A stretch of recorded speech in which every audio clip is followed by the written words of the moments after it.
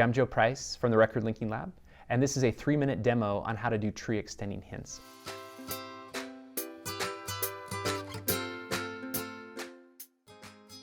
A tree extending hint is a record where some of the people in the record are already on the family tree and others are not. So when we attach these sources, we have the ability to add new people to the family tree. And this will grow the coverage of the family tree and create better discovery experiences for other people.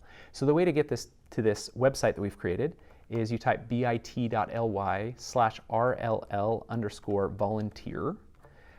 And that will take you to this Google Doc that has a set of volunteer opportunities, the first of which is tree extending hints. And you'll see that here under Task 1, Tree Extending Hints, you have some links, you have some instructions, and some videos that show you how to do it. We're going to click on Data, which takes us right into this Google spreadsheet. Now, the way we check out a row is just by putting our name in the volunteer column. And you can see here that I can pull my name down and then copy it down. So I've just checked out 4 observations.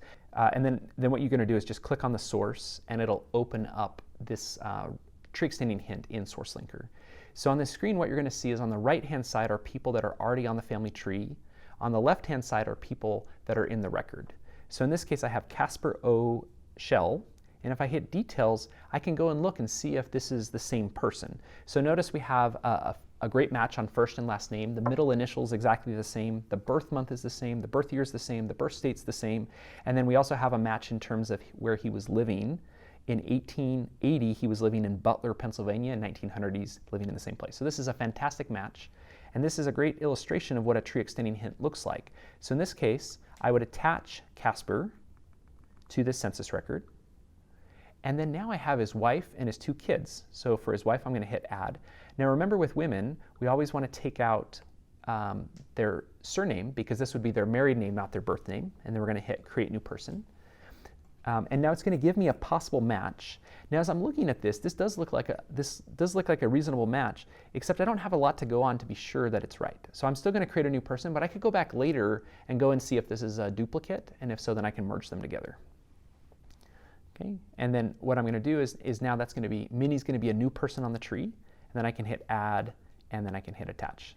Now let's add their children. Here we have Arthur. Okay. And so again, each time we do that, it's going to, over here on the right-hand side, it's going to look to see if there's any possible duplicates. In this case, it didn't find any, so we're going to create a new person. And then finally, with this last child, we're going to add Harvey to the tree. But this is the nature of a tree extending hint. It's a record where someone in the family is already on the tree, others are not. And so by attaching this record, we can add new people to the tree. And so you're welcome to try this out. You can visit our volunteer portal. You can check out a few observations. One thing that I like to do is I like to open up multiple windows at once, so that while it's loading, I can work on others. So let me just show you that really quick. Oh, and then once I've completed it, I just put a 1 in here if it was a good match and I was able to complete it. If I wasn't sure, like if the information wasn't very complete, I can put a 0.5. So let's just try one more example. I click again on the SourceLinker. And then as I do this, I always just kind of delete or close my other windows. And so again, we can look here. And in this case, it looks like you see a lot of green over here, which means that it's likely that everyone's already linked. So let me check on that really quick. So I come down here, and it looks like everyone's already linked. So in that case, that means someone else has come around already and done it. And so I can put a 1, which means it's already done. And let's do one more. And so each time I open up a SourceLinker, it gives me another opportunity to add people or attach census records to people. And so here's another case. Now notice here I don't have a lot of information to go off of. Granted, the birth month and the year matches, and I've got Margaret J.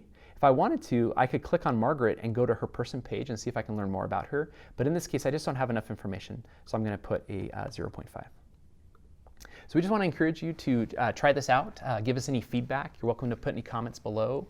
And just know that this is a fantastic way to help the people who got you to where you are today.